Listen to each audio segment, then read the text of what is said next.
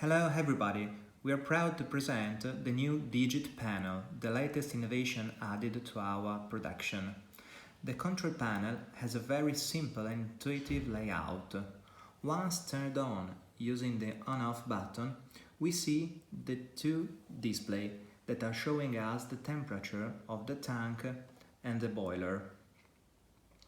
Next to them, we see two lights that are indicating the heating element, both of the tank and the boiler. They will light up as far as the heating element is heating the water.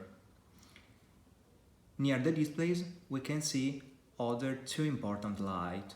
The first one shows the auto-diagnosis function. In fact, the dishwasher is able to recognize automatically any anomalies using the two displays to show its code. The last light shown is the scheduled maintenance request, in order to always remember when is the time for a brief maintenance able to guarantee always perfect results. Then we move to the washing cycle management button. Pressing it, we can change the cycle, choosing one of the four available, and also the automatic drain cycle, available if a drain pump is installed. Last but not least, we have the Smart Start button, which changes color depending on the status of the dishwasher. The button is yellow while the dishwasher is heating. Once the tank and the boiler have reached the set temperature, the button becomes green, indicating that the dishwasher is ready to run a washing cycle.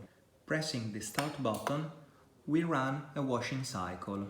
The light becomes blue and blinking, and it becomes a fixed blue as far as the cycle has reached its end.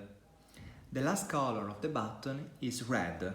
It indicates that the dishwasher cannot perform a washing cycle, for example because the door is open or because the self-diagnosis system has detected an error.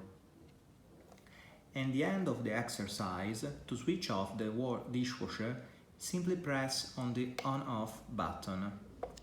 The dishwasher switches off and the button remains turned on, indicating that the dishwasher is connected to the power supply.